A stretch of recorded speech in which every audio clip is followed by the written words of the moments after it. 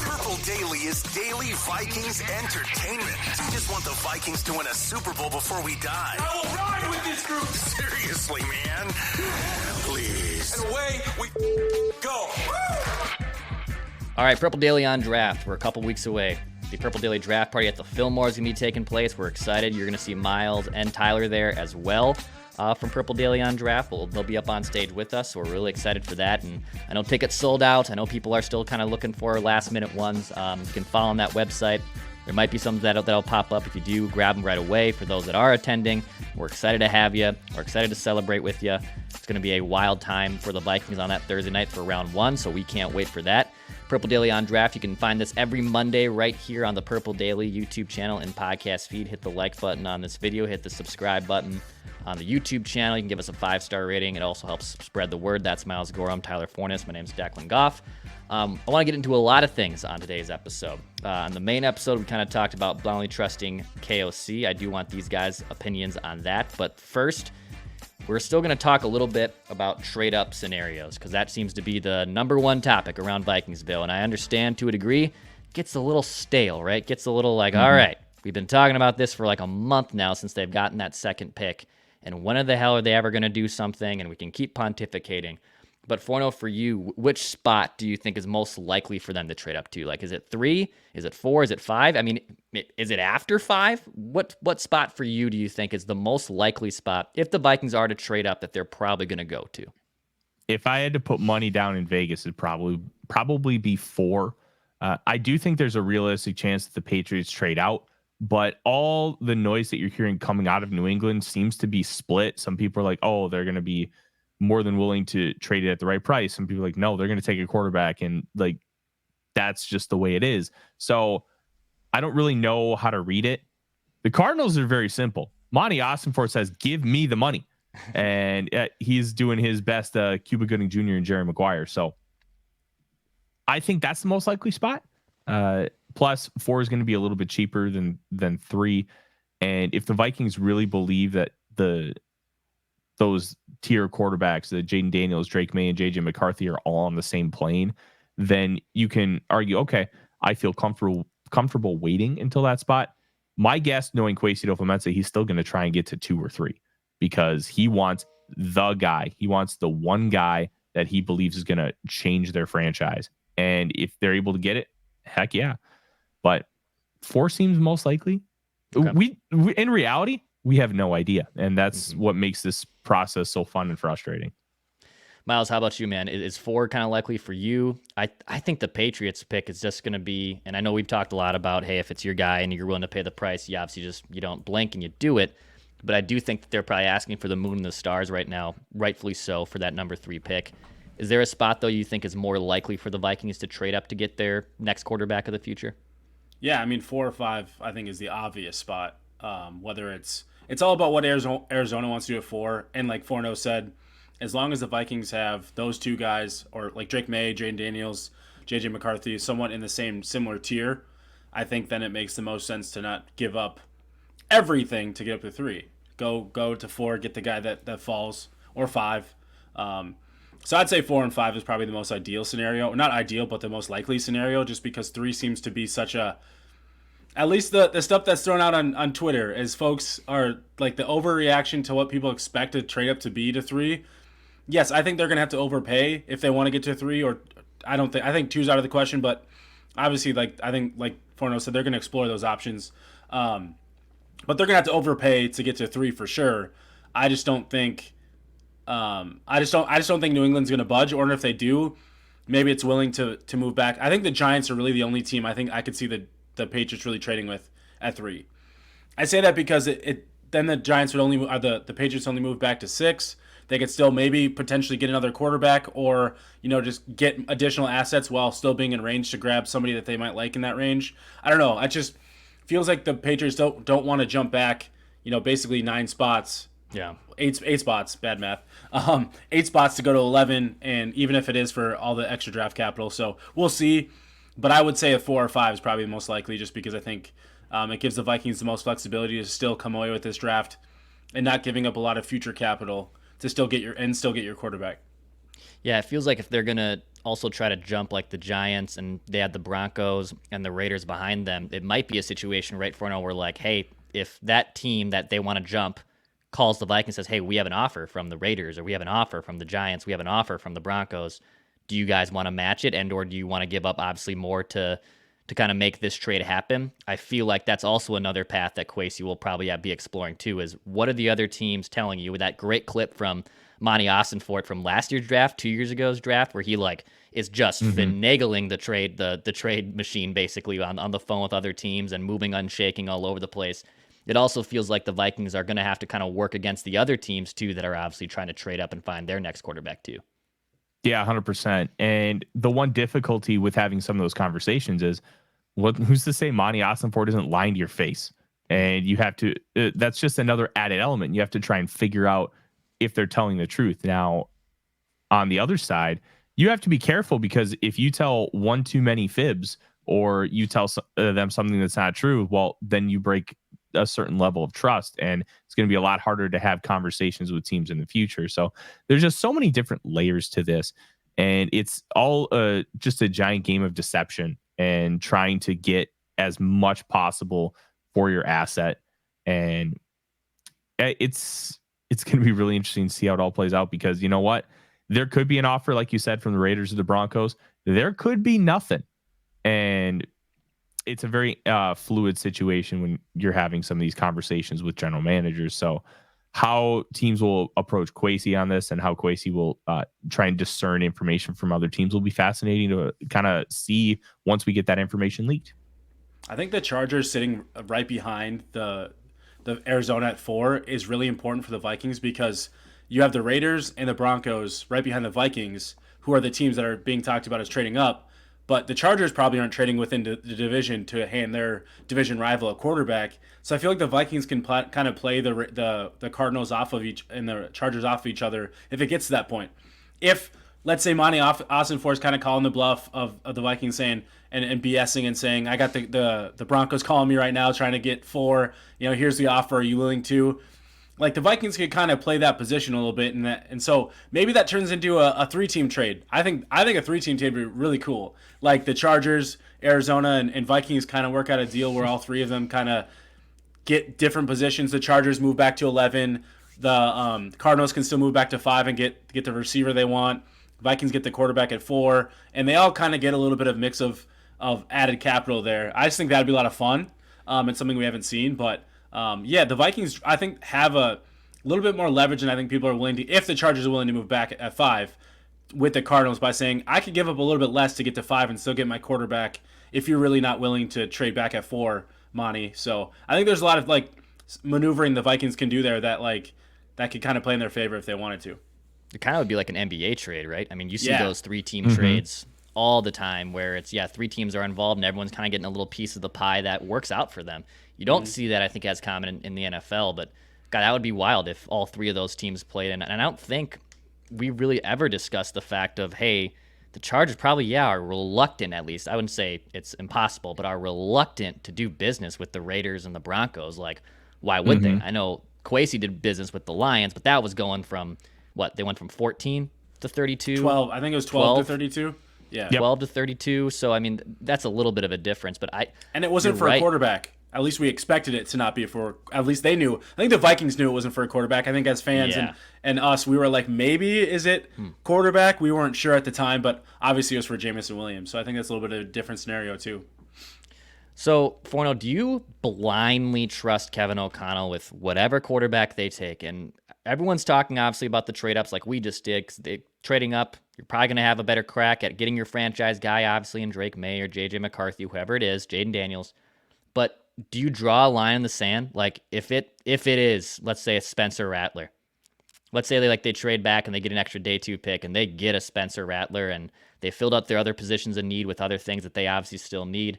And it's Spencer Rattler that comes away as the only quarterback that they're drafting. Do you change your position on KOC? Do you blindly trust it?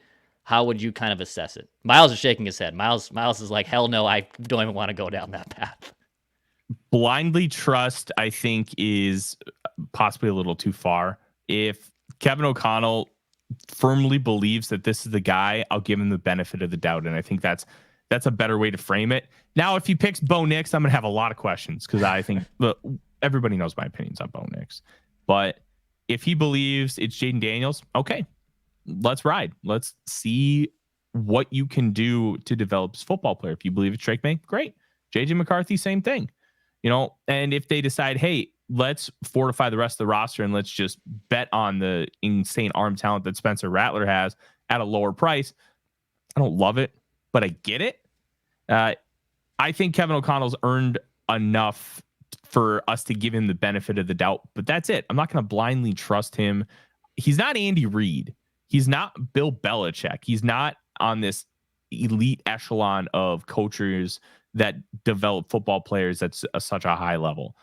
I think he's done enough to show that we can believe that his opinion might be right, but I'm not blindly trusting anybody.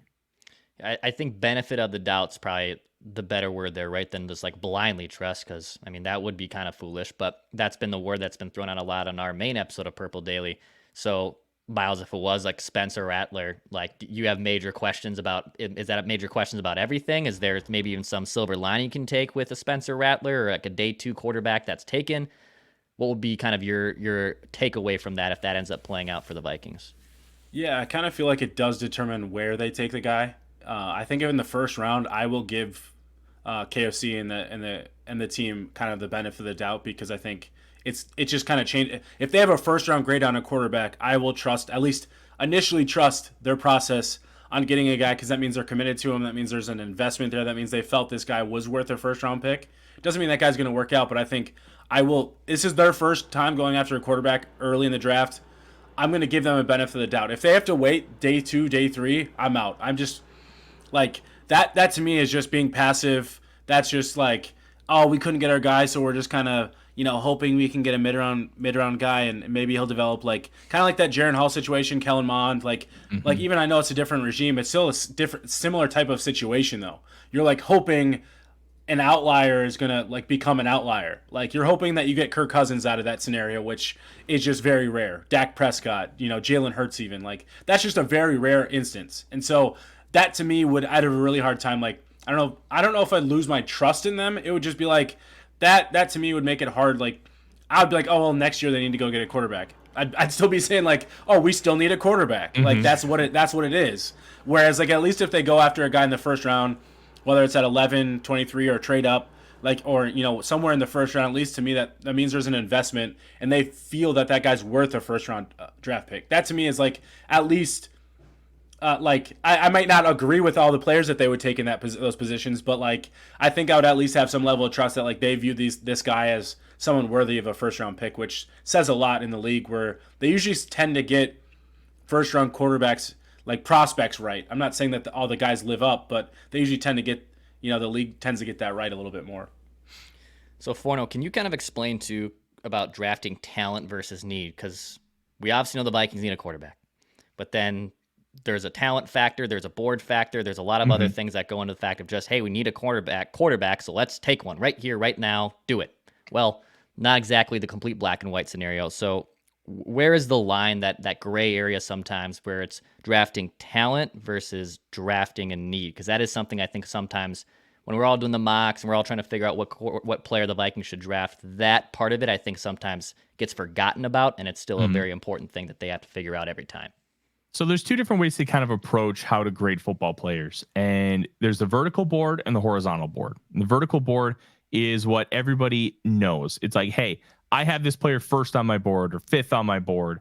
And that's just in aggregate. That is, I believe that on my scale, that's where this player ranks. But that doesn't necessarily mean I would take them at this spot. And that's where the horizontal board comes in. And that's how you group players. So if you have that, like a group of guys you take at 11, a group of guys you take at 23. And let's say the Vikings get their quarterback at 11, okay, for a hypothetical. And at 23, you have a defensive tackle, let's say Byron Murphy, and a wide receiver, say Adonai Mitchell. And you both say, hey, they're in the group, would take at 23, because you could have them, hey, would trade up for from 23, would trade down for to take him from 23, would take at 11. Like there's different ways to kind of segment it. So if you believe that you would take them both to 23 and you take a look and Adonai Mitchell scores about 10 points higher or 10 spots higher on your vertical board of overall players, then you probably lean towards the better football player, because in that bucket, you believe that they're both worth the 23 overall pick. So in that sense, you take the better player. And that's where looking at vertical boards versus horizontal boards, that they work well together.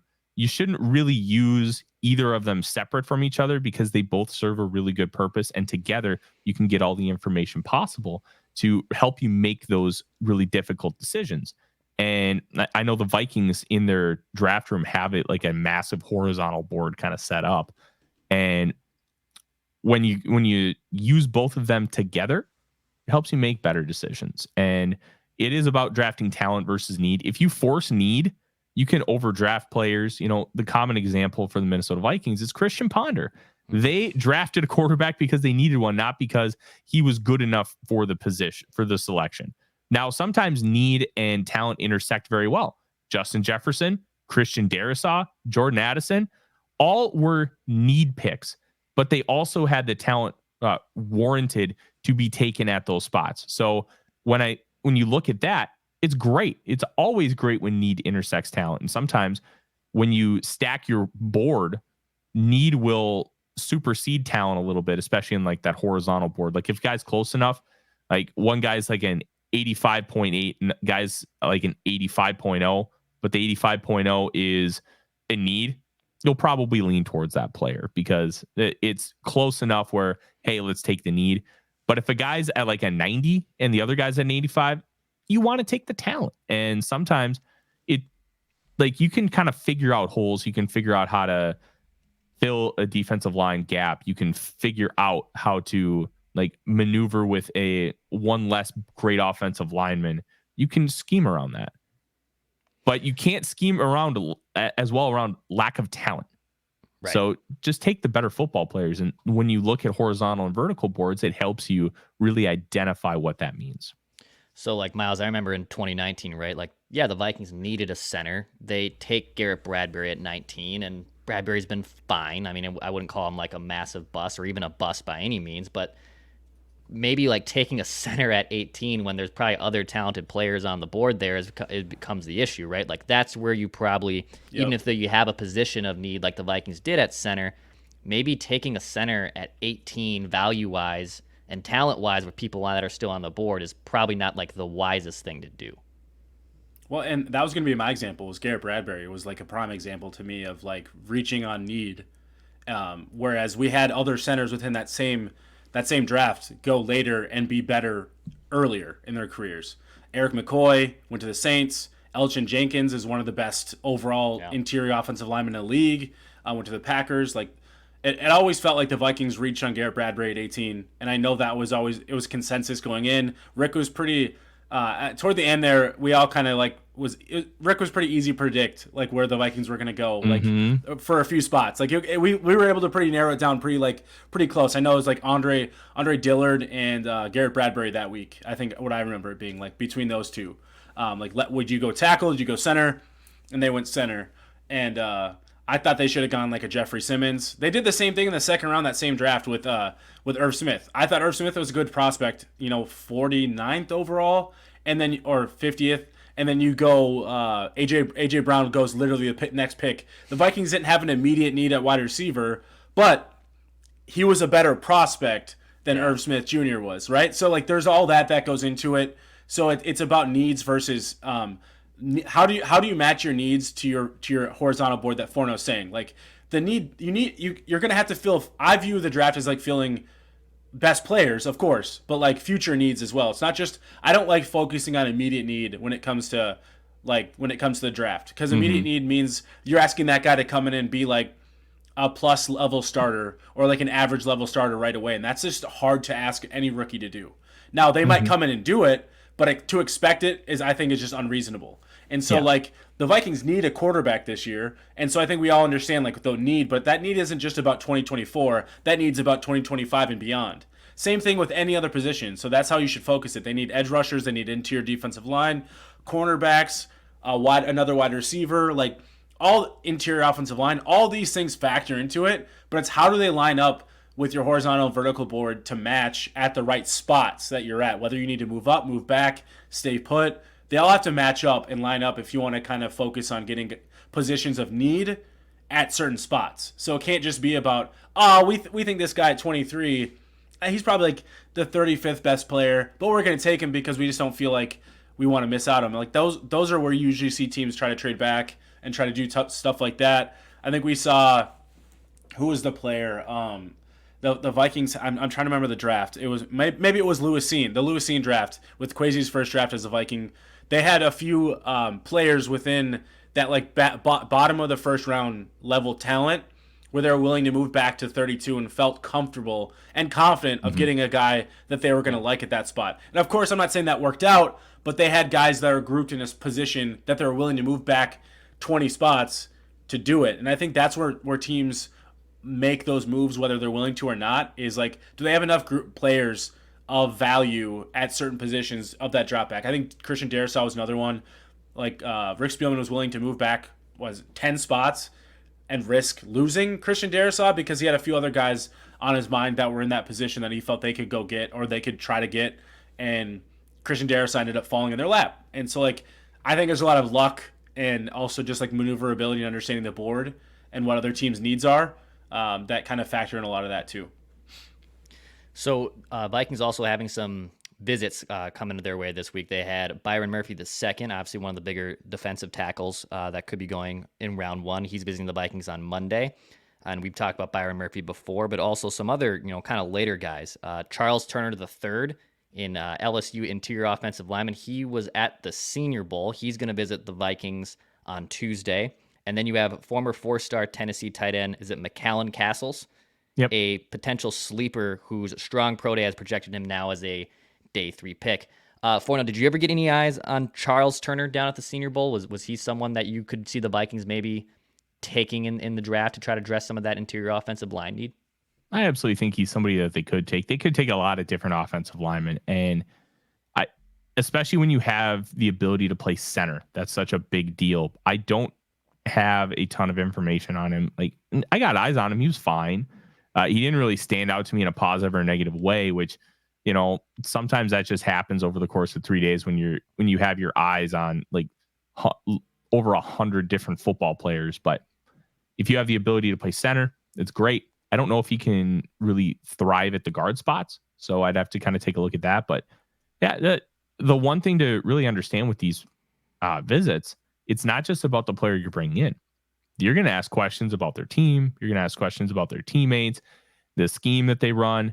And it's an information gathering session where you really don't know as a prospect why you're going to a certain spot. It could be, hey, we're going to ask you one question, Turner, about you, and then we're just going to ask you about your quarterback, because that could be it.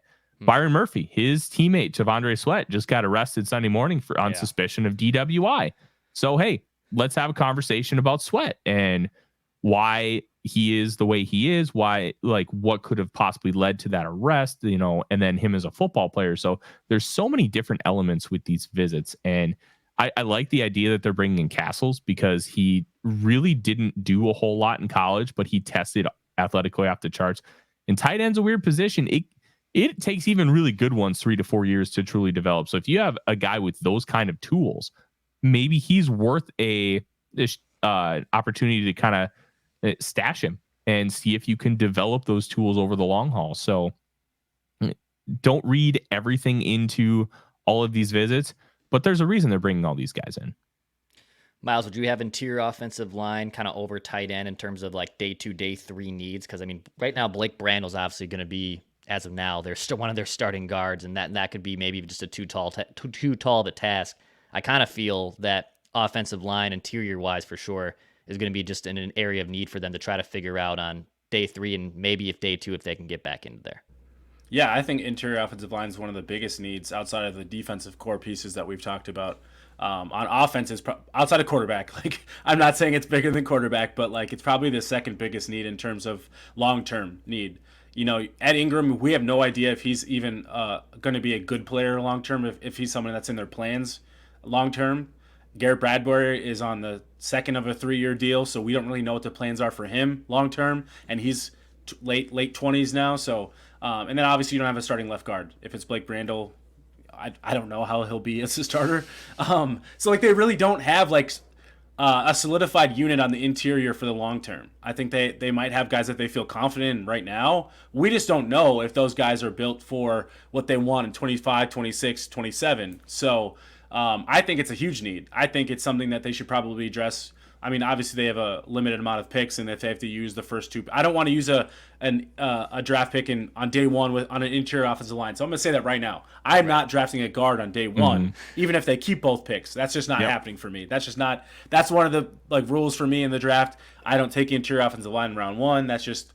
I really struggle to want to do that based off value. But I think if you find a way to have a day 2 pick, one of their early day 3 picks, like I'm good with it. I think there's plenty of guys that they could bring in for competition or even like view as like potential starters. I think in the league you can find some starters. And I think Turner's one of those like day 3 guys, later day 3 guys. He's played, I think, primarily center, maybe a little tackle in college, but he's a guy that didn't really grade very well by PFF, but he kind of has the same build as Ed Ingram, I think, looking at like his size and his profile. But he played with Jane Daniels, and so I'd want to know, like how he fits with a mobile quarterback versus more of a guy that's more of a pocket passer. Like there's all those questions and things on tape you want to look for to get answered if you're the team. But also, like I think visits really bring in a lot of like you want to know questions you can't get answered. Whether it's at the Combine, Senior Bowl, like maybe you don't get enough time with these guys, so you want to get even more questions answered in these top 30 visits. So, but yeah, I think interior offensive line is a major need that needs to be addressed with at least one pick, with one of those, I'd say 4th round picks if possible. So we talked about obviously talent versus need. Is day 3 final the kind of draft where you are looking for mostly like high upside talent guys that are raw athletic, that are testing off the charts, that are having good combines, that are having good pro days, that have kind of flashed a little bit? Is that kind of also a bigger priority for you in terms of drafting over need on specifically day 3 of the draft in those later rounds? Day 3 is a very unique enigma. So let's kind of start with round 4. There are like 3 types of players. There are high upside athletes with no production, high production athletes with low athleticism, and your wild cards where like a guy like Tavondre Sweat just got arrested, like some of those off-field issues or medical concerns can just push them down the board. So I group those guys in like a wild card bucket. And then once you kind of get later in the draft, some of those guys will still exist, but you're not just drafting for, hey, I believe I can develop this guy into a starter. How can this guy help me on special teams?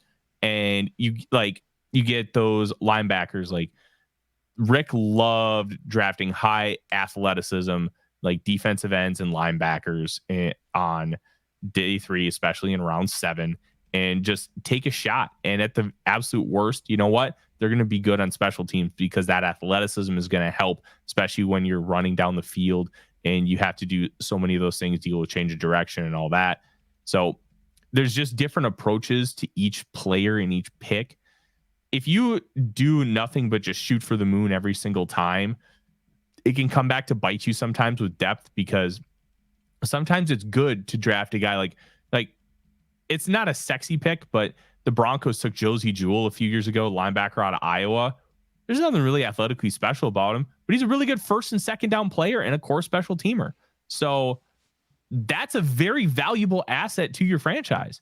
It's not going to sell jerseys. It's not going to get you excited when you're watching on Sundays, but it's going to prevent a lot of like bad things from happening. So there's just different ways to approach each pick. And sometimes you want to shoot for the moon. Sometimes you want to see, hey, can I turn a Michael Pruitt into Antonio Gates? Well, it didn't work. And you know what? It's okay that it didn't work because you took the guy in round 5. Hey, but he's a 10-plus NFL vet. Like, he's been in the league. Like, that's a win, I think. Right? It would be if the Vikings would have kept him. Well, but yeah. On an overall scale, like that's kind of my point. You want to draft guys who can contribute to your football team, and you don't always want to throw a dart hoping that guy becomes a plus player for a decade. Similar strategy for you, Miles. Is it just looking for guys that can also contribute on special teams? Is there some rough diamonds athletically that you're kind of trying to pull from the rough there? Day 3 strategy, what do you like to usually see from teams and mostly for the Vikings? Yeah, I mean, I think the biggest thing for me is setting expectation on what you put on a day three player. Now, every team has their differences on players and where they view a guy might be. Like last year, the Vikings said Dwayne McBride had a starting level caliber grade for them as a prospect. So that to me says they viewed him as a future starter at running back. That doesn't mean it's going to work out. Definitely didn't work out last year. But it like those types of things is how you set your expectations for when you take a player, especially on day three. I think can he be a core special teamer? You know, can he be depth? Like, where is he in that trajectory of his rookie contract? And I think that's really how I view it. In terms of athleticism, obviously you want to err on the side of getting athleticism because you can't teach athleticism. And the whole idea for me is day three guys, they need to be coachable because they're going to get more time to truly develop behind the scenes than the guys that are taken earlier or the projected starters are, because those guys are starting for you. So the guys that are backups, the depth players, the core special teamers, those are guys that kind of have to develop behind the scenes. And that's usually your day three picks. And a lot of that, like, that's how you fill out those positions. So I view those guys as, are they coachable? And obviously you would love the athleticism, but are they coachable? Are they like, what do their teams, like, what do their college coaches view of these guys? Were they leaders or those things? I think that stuff does matter. Like Josh Metellus is a prime example of that. He came out, and I know there's a lot of like up and down grades on him. He was a 6th-round pick, and he went to a big program, but he wasn't like a highly touted prospect coming out of Michigan. And he developed behind the scenes to become a really true core special teams player and leader. And that leadership evolved into him becoming basically an every down player for the Vikings last year. And that in itself is like, those are the types of gambles. But I don't think they projected Josh Metellus to become an everyday down starter for them. But those are the types of the diamonds in the rough, because he had functional athleticism. You know, he was a core special teamer and a leader at Michigan. I think those things matter. And I think those are the types of things you need to look for when you look for guys on day three. Or sometimes you take the red flag guy that just has a lot of athleticism that falls. Like a Tavondre Sweat might be that type of a scenario. Yeah. Like he's a huge defensive nose tackle that, you know, just had a potential DWI. But maybe you take that guy in round 5 because, you know, maybe he's just a guy you're like, you know, the red flag's the character there, but we think the upside is high enough there to take that chance because of who he is on the field. Maybe that doesn't reflect on who he is off the field. We don't know. I don't like to project guys off the field when, you know, he had an incident that I just don't know enough about to judge the person. Just make better decisions. I think that's just the core idea I'd say there. But for me, like there's those different scenarios of what you're looking for out of the guy.